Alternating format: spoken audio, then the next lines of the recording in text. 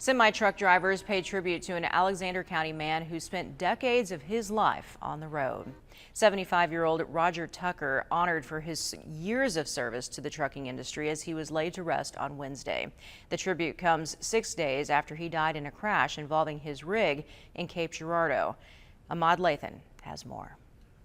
Yeah, well, he was the best dad and best friend, and he was a trucker for 57 years. That's why Roger Tucker's family wanted to honor his life by surrounding him with the big rigs he knew so well.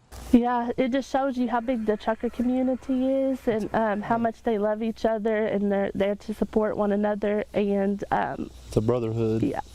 Roger's son, Kenneth, followed in his footsteps, becoming a truck driver himself. He was Superman to me, so by the time I was 2 or 3 years old, I already knew what I wanted to be. I wanted to drive a truck just like my dad, and this is my truck, the one I drive right here. Roger's wife, Shirley, recalls how the family traveled together when their children were young. When the kids were little, they were babies, twins, and we took off and went to Brownville, Texas.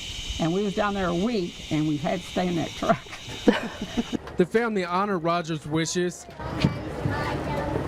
by laying him to rest in his favorite type of semi. He said he wanted to go out in style, and what better way to go out than a Peterbilt. But Stretch was a great guy. He'd do the same thing for each and every one of us.